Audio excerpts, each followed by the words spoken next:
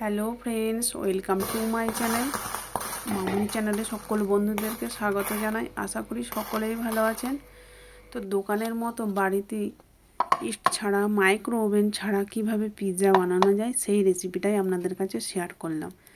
তো দেখুন, মেজারমেন্ট কাপে 2 কাপ ময়দা নিলাম, হাফ চামচ লবণ দিলাম, 1 চামচ বেকিং সোডা, 1 চামচ বেকিং পাউডার দিলাম, আর দিয়ে দিলাম 2 চামচ চিনি। এরপর একটা চামচের সাহায্যে সব উপকরণ দেখুন এইভাবে মিশিয়ে নিলাম। এরপর একটু একটু করে টক দই দিয়ে ময়দাটা আমি মেখে নেব। তো আমার চ্যানেলে যারা নতুন বন্ধু আছেন, একটা লাইক দিয়ে ভিডিওটা প্রথম থেকে শেষ পর্যন্ত দেখার অনুরোধ রইল। কোথাও স্কিপ করবেন না, তাহলে সেখানটায় বাদ পড়ে যাবে, বুঝতেই পারবেন না পিৎজাটা কিভাবে বানানো হলো। দেখুন, ডো বানানো হয়ে গেছে। এরপর এটাকে ঢাকা দিয়ে 10 থেকে 15 মিনিট রেখে দেব।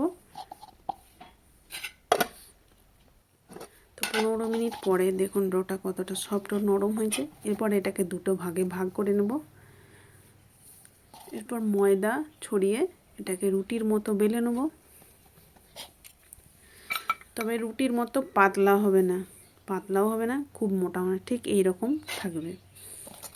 তো এর পরেরটাও আমি একইভাবে বেলে নেব। দেখুন বেলা হয়ে গেছে। এরপরে একটা গ্লাসের সাহায্যে ছোট ছোট করে কেটে নেব। তো ছোটোগুলো ছোটদের জন্য বানানো হচ্ছে। ছোটদের দেখতেও খুব ভালো লাগবে এবং ছোটরা খেতেও খুব পছন্দ করবে। এরপর একটা তাওয়া বসিয়ে দিলাম। দেখুন তাওয়াটা গরম হলে রুটিটা সেঁকে নিচ্ছি। দেখুন কতটা সুন্দর হালকা হালকা ফুলে উঠেছে। খুব বেশি সেঁকার দরকার নয়, হালকা করে 2 পিঠে সেঁকে নেব। এরপর ছোটোগুলো সেঁকে নেব।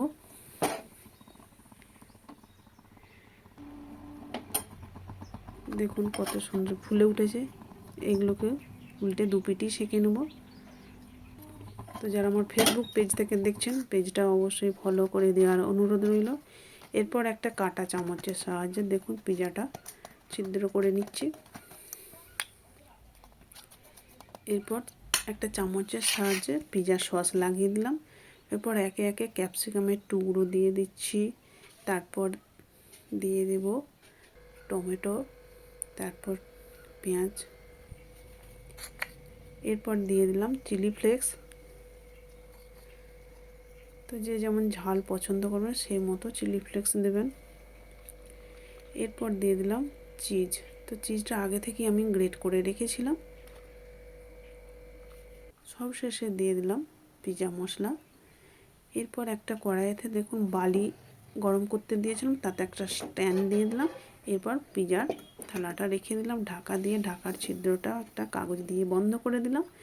এরপর গ্যাসটা লো আঁচে রেখে 10 থেকে 15 মিনিট রাখলেই হয়ে যাবে। দেখুন কতটা সুন্দর হয়েছে। এরপর ছোটোগুলো একইভাবে এভাবে সব সাজিয়ে নিয়েছি। এরপর এটাকেও বসিয়ে দিলাম। তো যারা আমার ইউটিউব চ্যানেলে নতুন বন্ধু আছেন, একটা সাবস্ক্রাইব করে পাশে থেকে যাবেন, আর পাশে থাকা বেল আইকনটি প্রেস করে রাখবেন। বাড়িতে একবার হলো আপনারা বানিয়ে দেখুন, কেমন হলো কমেন্ট করে জানাতে ভুলবেন না।